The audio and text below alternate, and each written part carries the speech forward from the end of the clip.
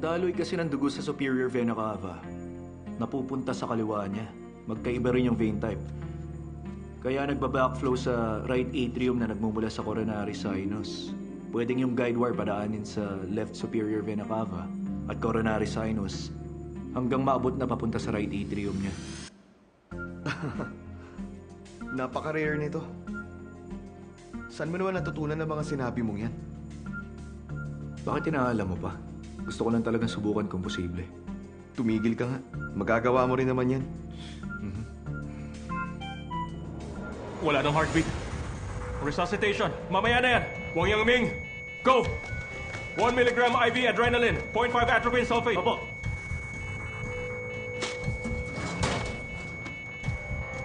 Dr. Su! Dr. Lu! Ano pong gagawin? Maglagay kayo ng temporary pacemaker sa vena cava. Yangming, ituloy mo ang compression.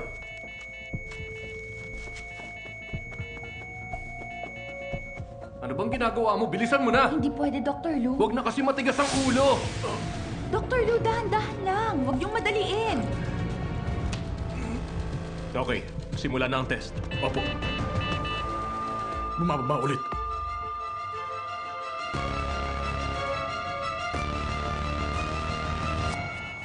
IV adrenaline, 0.5 atropine sulfate injected. Lumabang ka! Naghihintay sa'yo yung anak at nanay mo!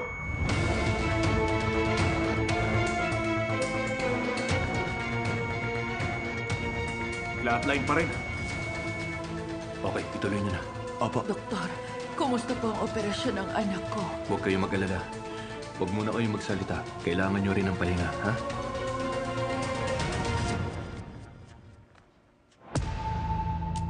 Yung BP, bumababa. Yung area ng myocardial ischemia, malaki. Bumababa pa rin po ang blood pressure niya. Paano na? IABP para magtuloy-tuloy ang blood flow. Iligtas niyo ako. Ayoko pang mamatay. Ayokong mamatay. Huwag kang mag-alala. Nandito ako. Hindi ka mamamatay.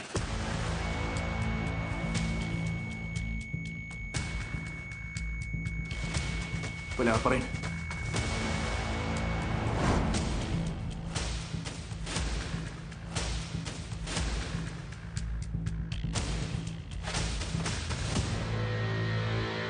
Master! Dr. Su! Tuloy mo ang compression. Hindi pa kita mapupuntahan.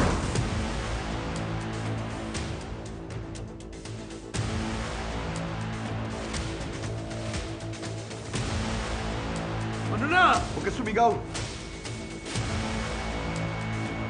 Dito ka na! Manahimik ka! Balik tayo! Dali!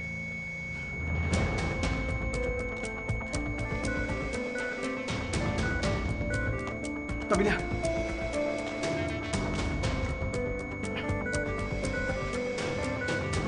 Kilos na!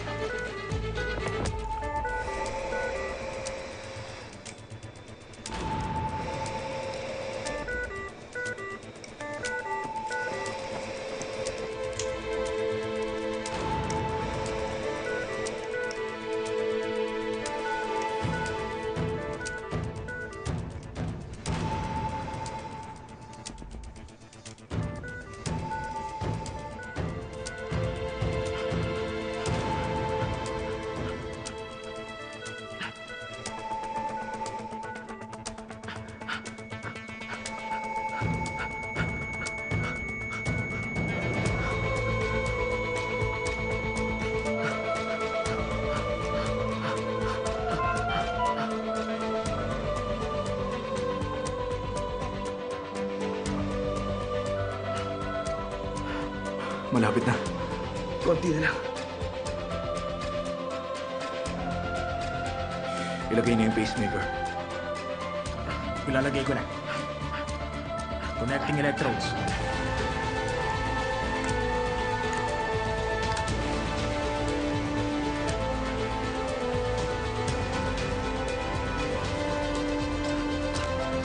Testing.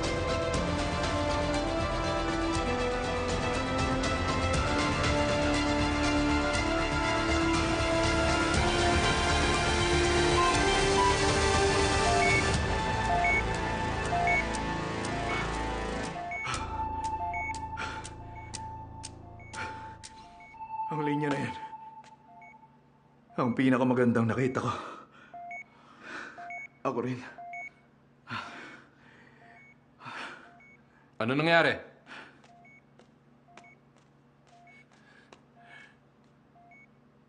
Ayos ah.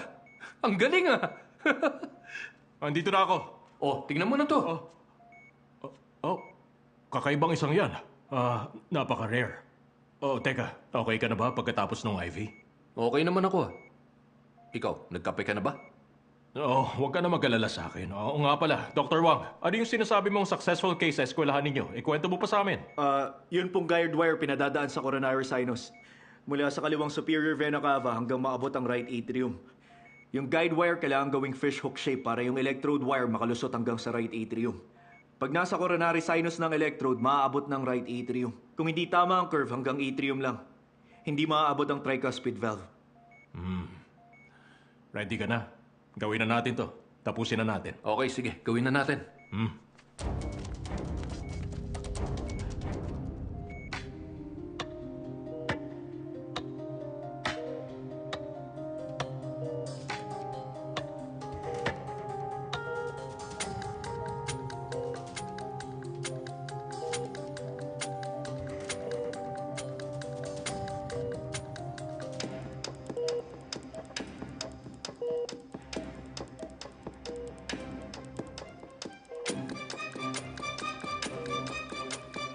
Dr. So, yung curve po nasa atrium lang. Wala sa tricuspid valve. Ulitin natin.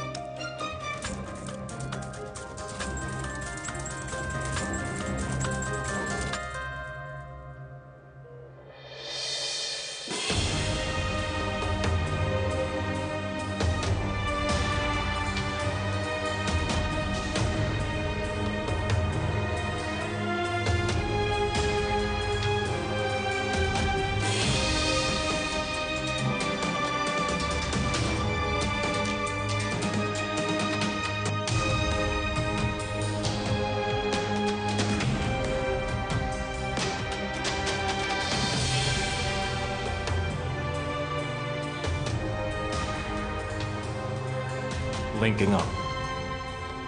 Okay, dalhin mo na sa right atrium. Left vena cava.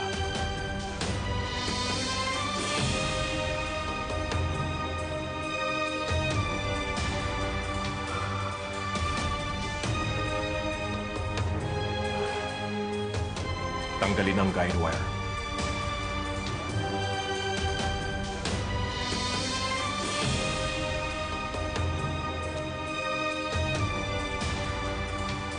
Lower pacemaker frequency para sa test.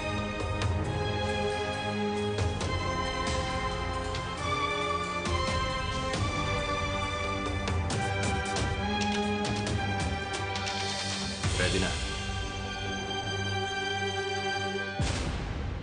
Pacing threshold normal. Voltage normal. Heart rate normal. Impedance normal. Off na ang pacemaker.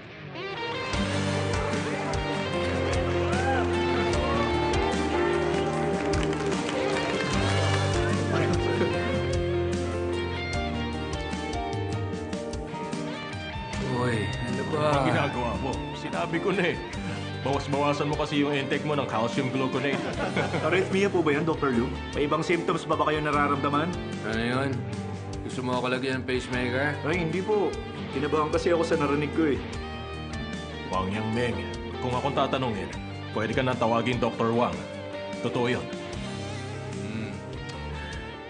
Hindi na baliwala lahat ng pinag-aralan mo, Dr. Wang. Salamat po sa inyo. Binabawi ko na yung sinabi ko. Dr. Wang, yung matagal mong pinag-aralan, Nagbunga na rin. Oo. Sa wakas, may napatunayan na.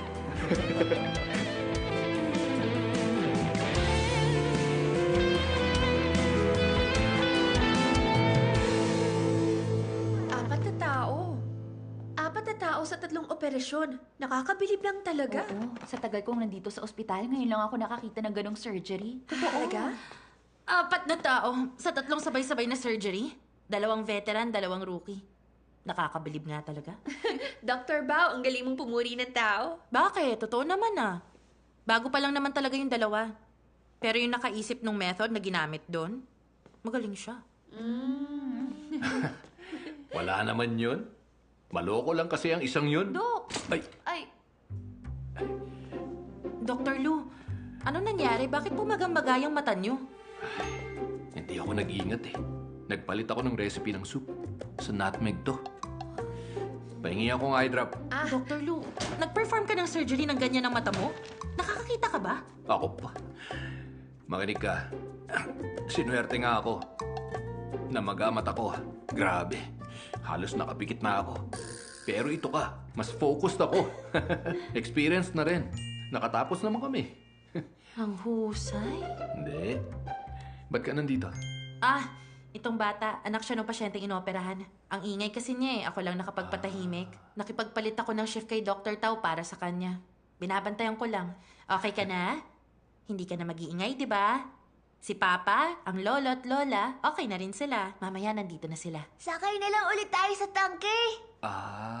Siya ba yung kasama ng isang pamilya? Siya nga yun, Dok. Ang cute naman. Bata, mag-usap tayo ha. Tama na muna yung pagsakay mo sa tangke ha. Tingnan mo, puro sugat na rin kasi kamay ko eh. Ate, bilis pa! Bilis pa! Go! Ate, bilis pa! Go! Bilis Ito na ang pinakamabilis na takbo ng tangke! Tanungin natin kung pwede kang pumunta sa kanila. Ako na bahala. Papunta rin ako doon. Halika. Dadalhin na kita doon. Magtangke tayo papunta doon. Ha? Asan ang tangke natin? Ito pala. Ay, Dr. Lu, dahan-dahan lang. Ready ka na? Opo, Okay, tara na. Dahan-dahan. lilipad na ulit kami! Yay! Bawal tayo magingay. Natutulog na kasi silang lahat dito. Dapat tahimik na tayong dalawa. Huwag tayong sisigaw. Dapat di nila tayo marinig, ha?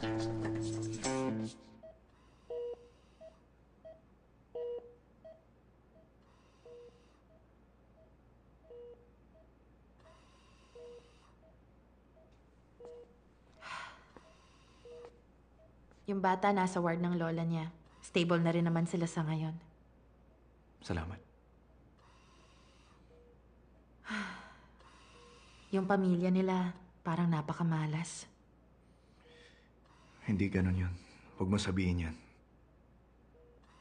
Na-realize ko lang yung pamilyang nagdala sa kanila rito. Hindi rin okay. Alam mo may pinagdadaanan din sila. May problema rin. Pero wala silang magawa. At pwedeng mag-trigger din yun ng sakit. Nangyari yan sa kaibigan ko. Yung papa niya, taon na sinasamahan sa ospital ang mama niya. Nung una, okay papa niya. Hanggang sa isang araw, bigla na lang nag-collapse. Hindi siya nailigtas. Maswerte pang pamilyang to. Nakilala kayo. Huwag tayong makampante. Sa oras kasi na to, dapat gising na siya eh. Anesthetic overdose ba? Ischemic attack? O brain damage? Di naman circulatory failure. Natest na lahat eh. Maliit ang possibilities. Hobin, kailangan mo nang gumising. Naghihintay at umaasa ang buong pamilya mo sa'yo. Alam mo ba kung ano sinabi niya sa akin bago siya operahan? Alam mo ba kung anong naramdaman ko nung nag-collapse ako? Nakaka-relax. Malaya ako. Sa wakas makakapagpahinga ako. Mas payapa siya. Mas komportable. Makakapagpahinga na siya.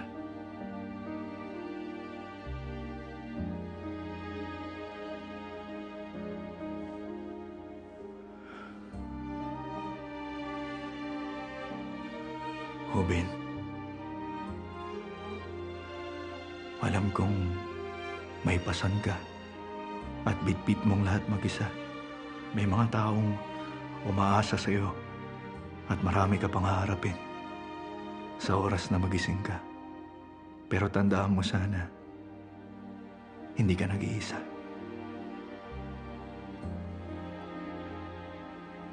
Yung dahilan ng pagod mo,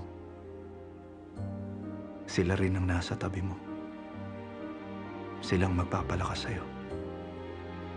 Kung wala sila, para saan pa at nabubuhay ka? Hinihintay ka na nila. Gising na.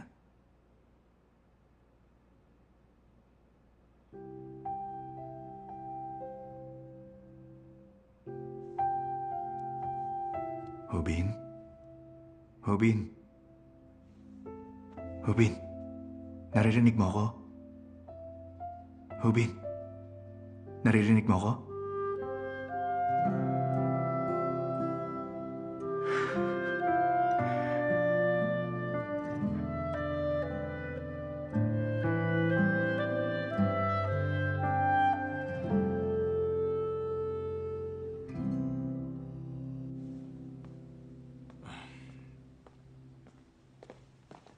Alam ko na kung anong sasabihin mo. Huwag mo nang ituloy yan, ha?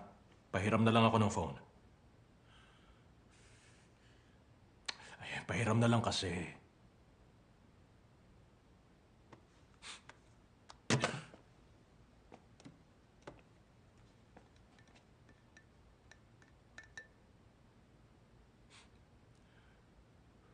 Hello? Oo, ako to. Nawala yung phone ko kaya nakitawag lang ako kay Louie. Okay lang. Okay lang ako. Huwag kang mag-alala. Okay lang. Matulog ka na, ha? Nga pala, tulungan mo na lang bukas sa registration yung anak natin para sa klase niya, ha? Gusto niyang umattend doon. Oh, okay. Sige. Okay lang ako. Maayos naman lahat dito. Sige. Sige, bye. Nababaliw ka na ba? Green Channel mo yun. Pero ibang ginawa mo. Nakiusap ako kay Dr. Wang na magpalit kami ng shift, pero may urgent matter din pala siya. Sana nung nalaman mo, bumalik ka! Yun naman ang plano ko, pero hindi ko naman ginustong masiraan yung bus habang bumabiyahe. Isinugal mo yung buhay ng mga pasyente, pati trabaho mo dahil umasa kang aabot ka sa oras? Pag sumakay ka ng bus, ha? Green Channel yun, hindi regular shift lang! Alam ko, palagi naman sa akin ang critical patients. Kung may nangyari dahil sa negligence ko, pwede nila akong kasuhan. Yun nga eh! Hindi mo ba naisip yun, ha? Gusto mo bang ipaalala pa? Dapat inagahan mong balik mo. Mga isang araw, o kahit kalahating araw man lang.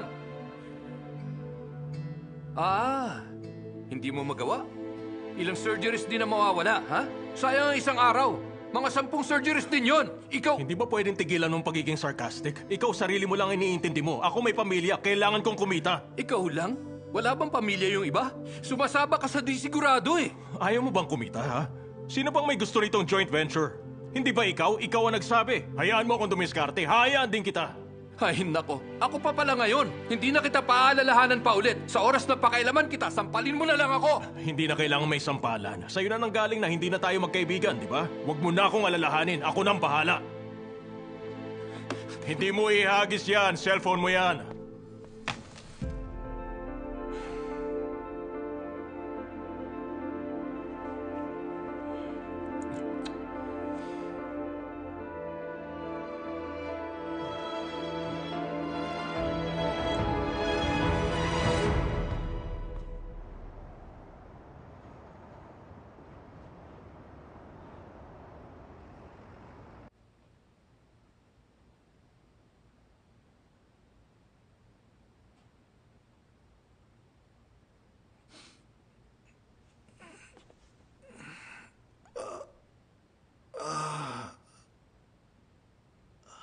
Dr. Wang, kita mo yan, ha? May breakfast ka na bago ka pa man magising. Bakit ako may breakfast ko? Ang himbing kasi ng tulog mo kaya hindi na kita ginising eh. Tawag ng tawag sa yung delivery rider. Dahil kanina pa nga rin nang ring yung phone mo, naisip kong kunin ng dahan-dahan sa bulsa mo. Sinagot ko na kasi kawawa naman siya. Ako na nagbayad at kumuha ng order. Okay ba? Ang gaan ng mga kamay ko, di ba? Hindi ka na istorbo. Salamat, ha. Oh. Dr. Wang, huwag ka na ulit matutulog ng ganyan. Makakasama sa leeg mo yan.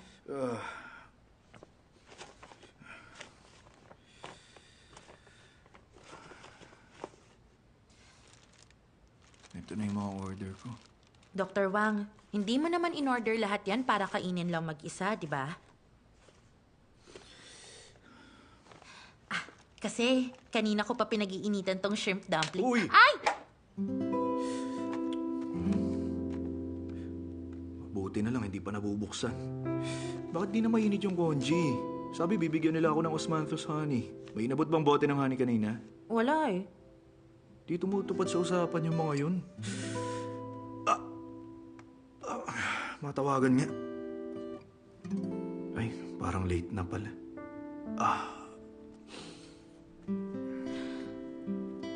Teka, Dr. Wang. Breakfast pa lang naman yan, di ba? Bakit ang dami naman? Hindi ako ang kakain. May pagbibigyan ako. Sikreto yun.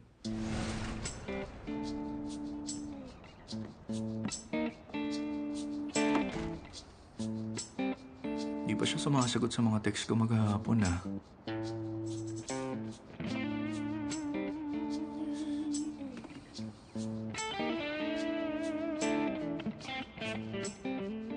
Kailan ka free? Magpapa-appointment ako.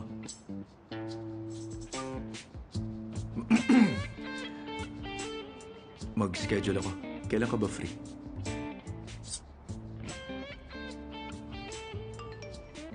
Overtime ako. Ang hirap ng schedule ko. Ibibili na lang kita ng breakfast. Dadaling ko sa iyo ng mga 8:30 ng umaga. Silence means yes. Kita tayo bukas ng 8:30.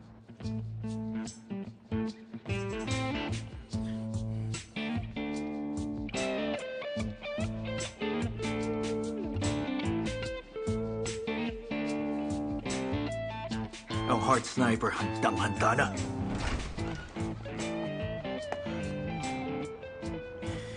Ano yan? Dr. Wang, may pasyente po kayo. Nagulat ba kita? Mukhang masaya ka, Dok, ah.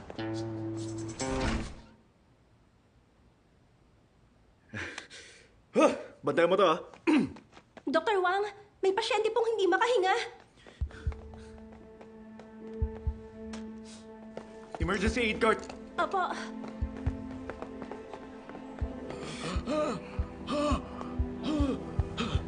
Smoker ka ba? Hindi, Dok. History ng asthma. Wala po. Excuse, makikiraan kami. Malakas ang wheezing mo. Mag-chest x-ray tayo. Yung dibdib ko, masikip. Allergic ka sa peanuts? Hindi ako kumakain ng mani. Dr. Wang, peanut butter to eh. Anaphylaxis. 1 milligram adrenaline. Transfer nyo. Kuya Guard, patulong ako dito.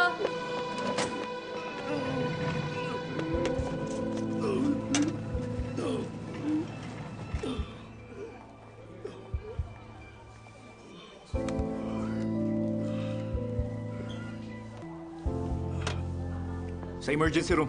Oh, dahan-dahan. Okay na ako rito. Pumunta ka sa Xinjiang Police Station.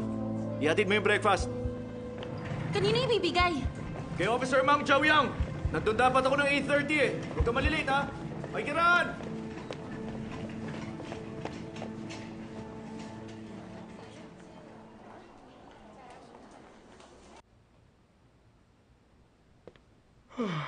After 9 hours, nahanap na namin yung bumasag ng kotse. Sa wakas. Mabuti pa, magpahinga ka muna, Officer Hu. Ay, magpahinga? Paano ka magpapahinga? Wala pa yung mastermind. Ay, tama ka. Hindi ko na nga rin maalala kung kailan pa yung huling break natin eh. Oo nga, di na uso sa atin ang salitang break. Ay, may binili pala akong steam buns at soy milk. Nasa security room. Kumain na kayo. May binili kayong steam buns? Oo. Tara, nagugutom na ako. Hindi ka kakain? Maya-maya na lang, hindi pa ako gutom. Baka lumamig na yun kapag mamaya pa. Okay lang.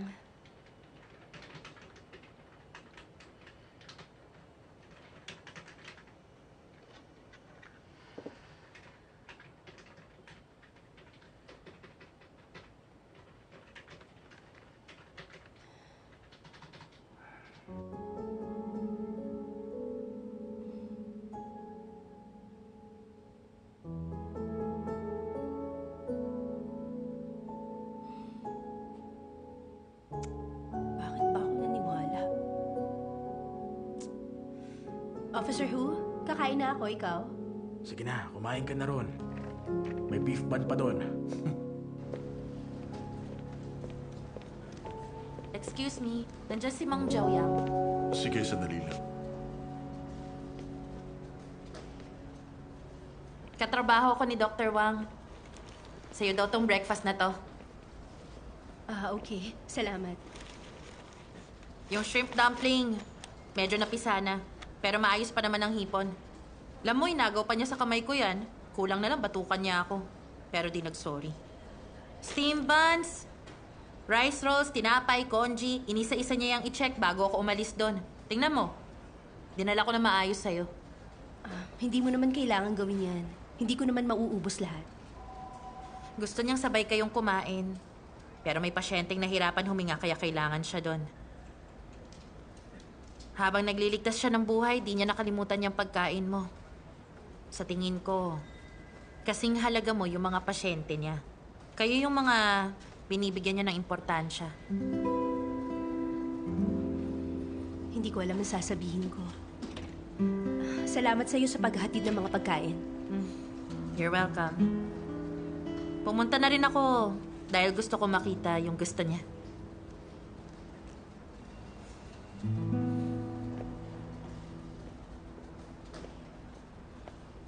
Ang totoo niyan.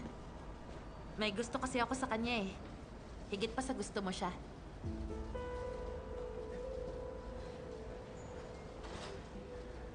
Anong ibig mong sabihin? Kaya ko kasi maghatid ng pagkain sa ibang babae. Eh, ikaw ba?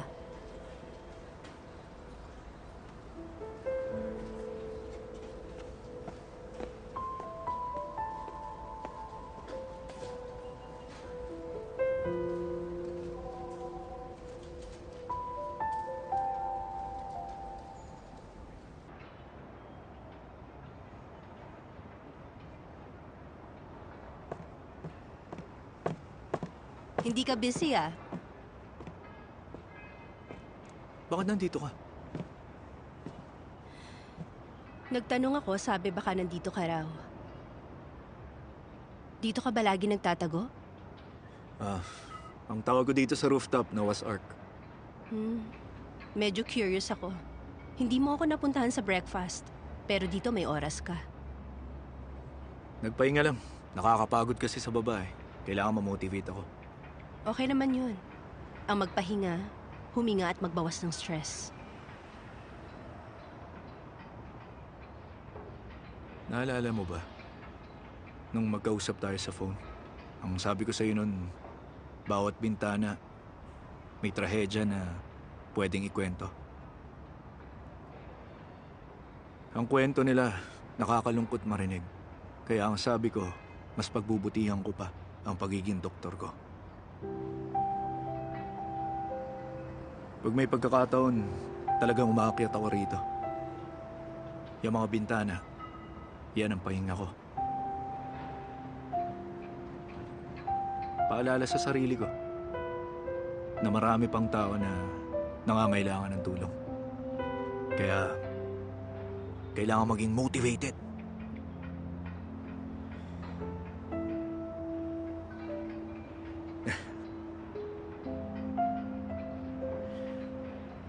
Yung breakfast mo pala. Masarap lahat. Sandali lang. Hello? Okay. Papunta na rin ako. Huwag mo ipapagalawin check valve niya, ha? Oo, sige. Baba na tayo. Sorry, ha? Maganda yung nagdala ng breakfast ko kanina. Ah, kasamahan ko yun? May gusto siya sa'yo, tama? Ha? Ano ba sinasabi mo dyan? Siya ang nagdala ng pagkain ko kanina. Doktor siya, ibig sabihin busy siya. Pero bakit siya sumunod sa'yo? Nataranta na kasi ako eh, at siya ang katabi ko ng oras na yun. Kung direktor ang katabi mo, uutusan mo maghatid ng breakfast? Di naman kasi siya kasing busy ng director. Lusot ka pa. Normal lang naman na magkagusto siya sa'yo.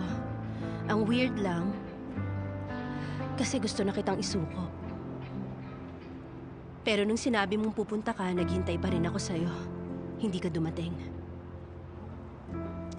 Minsan hindi ko rin maintindihan eh. Ilang beses mo nang ginawa yan. Pero umaasa pa rin ako.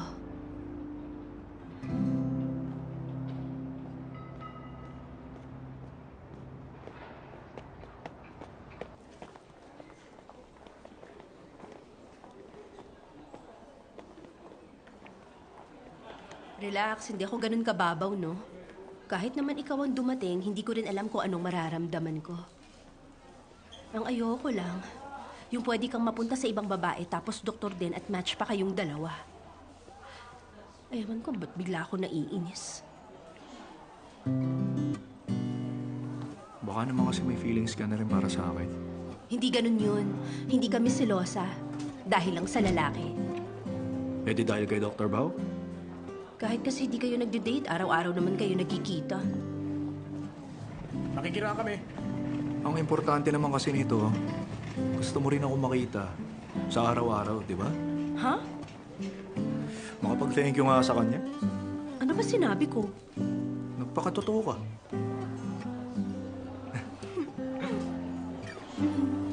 Okay, magpapasalamat din ako.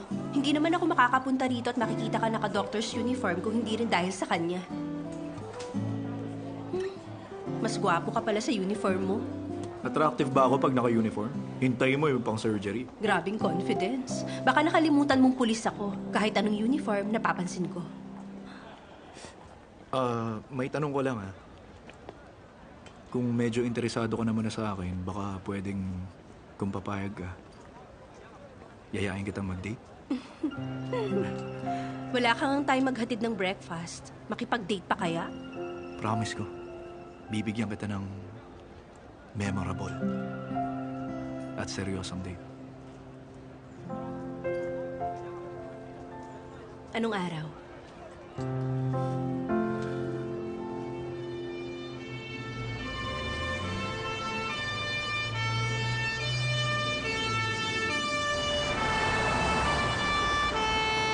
Yaming! Hintayin mo ako, ha? Diyan ka lang. Pasok natin. Ready Okay. na. Tara. Makikiran!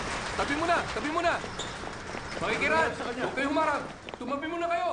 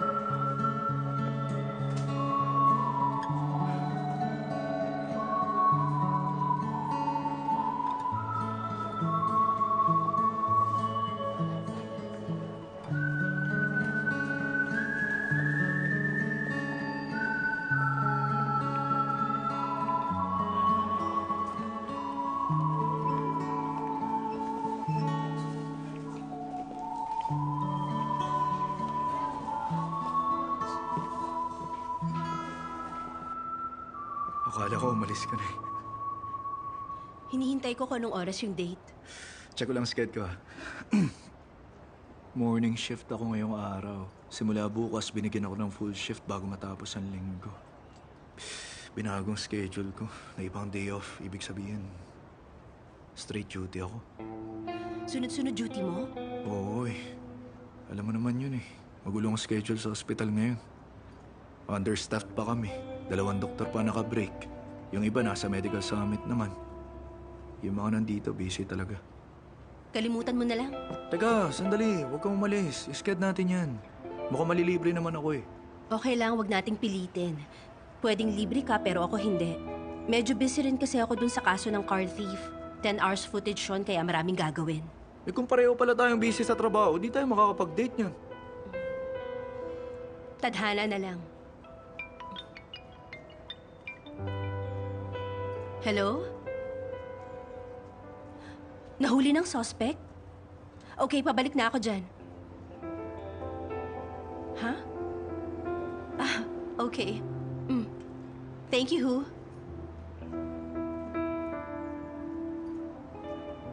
Maalis ka na? Hindi ako aalis. Nahuli na yung nagnakaw ng kotse kaya binigyan ako sandali ng break. Libre ako mula 2 p.m. hanggang 5 p.m. May pag-asa ka ulit. May outpatient service ako. Hindi ako makakaalis.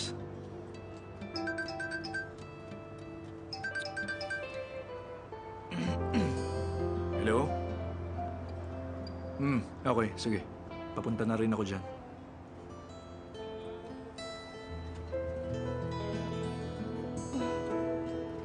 Alis na ako. Galingan mo.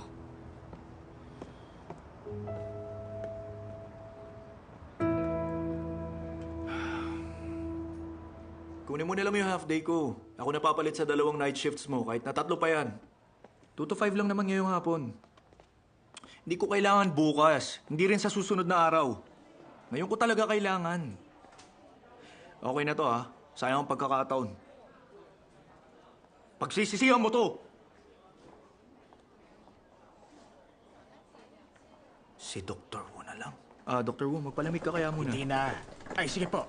Ingat. Sagot ko pang luran grilled meat pagkatapos nito. Kahit 1 linggo, okay lang sa akin yun. Ay, hindi nga. Sorry talaga, pero busy rin kasi ako. Dr. Wu, kilala ka ng lahat. Alam ko mabait at matulungin ka. Minsan lang ako makiusap oh. Tulungan mo naman ako. Hindi kita matutulungan. Gustuhin ko man, pero hindi nga pwede. Aaminin ko kung bakit. Mamayang hapon, manonood kami ng girlfriend ko ng sine. Girlfriend? Hindi ka pa pala kinakasal sa edad yung yan? Bahala ka na dyan. Sorry, pero di ba mas dapat mong pagbigyan mag-date ang mas nakakabata? Ang ganda-ganda talaga ng mukha ko. Gusto niya ng payat? Okay na yung pasyente. Mag-isa ka lang ba? Oo. Gusto kong i-verify yung test result ng pasyente.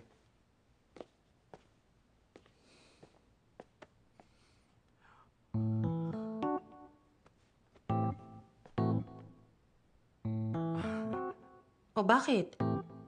Tapos na ang shift mo. Oo.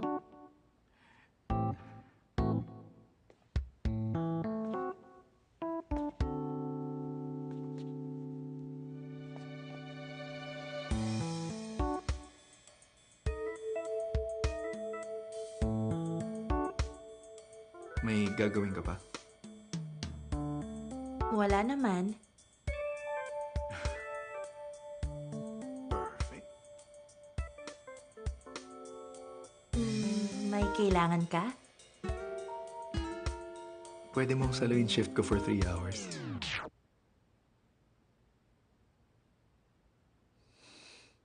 Ayoko nga. Bakit ba? Wala ako sa mood.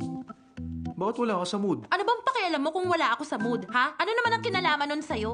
Mukhang hindi ka naman busy, ah. Umalis ka dyan, putahan mo girlfriend mo. Kaya ako mag-half day para puntahan siya. Ayoko!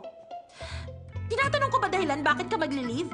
May mapapala ba ako dyan? Bakit? Close ba tayong dalawa? May relasyon ba tayong dalawa? Makinig kang mabuti! Kung kailangan mo ulit ng tulong, wag ka nang lalapit sa akin! Salamat dun sa breakfast, ha. Alis na ako.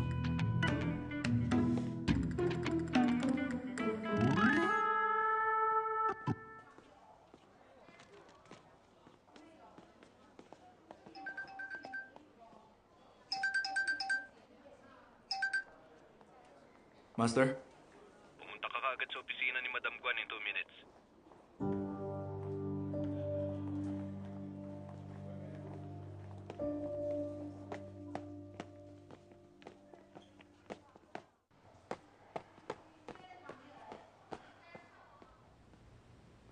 Uy, palit tayo ng shift. Okay lang ba? Busy ako.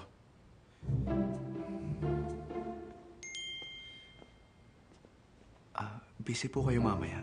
Pwede pong palit tayo ng shift. May mga surgery pa ako mamayang hapon.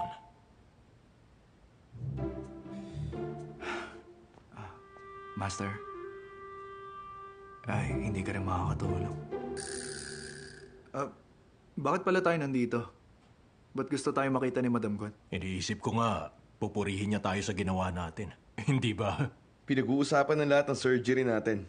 Sure akong nakarating sa kanya. Ganun nga. Kung alam niyong tumatakbo sa isip ng superior, sa tingin niyo siya pa magiging boss natin? So, ang sinasabi nyo, Sa opinion ko lang, may bonus tayo at may paid holiday pa. paid holiday? Ayos yun! Kahit wala na akong bayad, kailangan ko lang ng 3 oras! Lahat ng pinagsasasabi natin dito, nangangarap lang tayo. Pinagsasabi mo dyan, mangarap ka ng gising. Parang ang sasaya nyo, ah. Hello, Madam Kwan. Madam Guan. Alisin mo na nga yung sunglasses mo. Maliwanag po eh. Alisin mo nga. Ang pangit tignan. Sige na. Mag-sunglasses ka na. Sobrang sama niyang mata mo. Siguradong nahihirapan ka makakita. Nag-surgery ka ng ganyan? Isa sa'yo tapos binigay mo sa kanila? Pareho kayong nagbigay ng pasyente sa kanila. Sino kayo? Si Sun Wukong?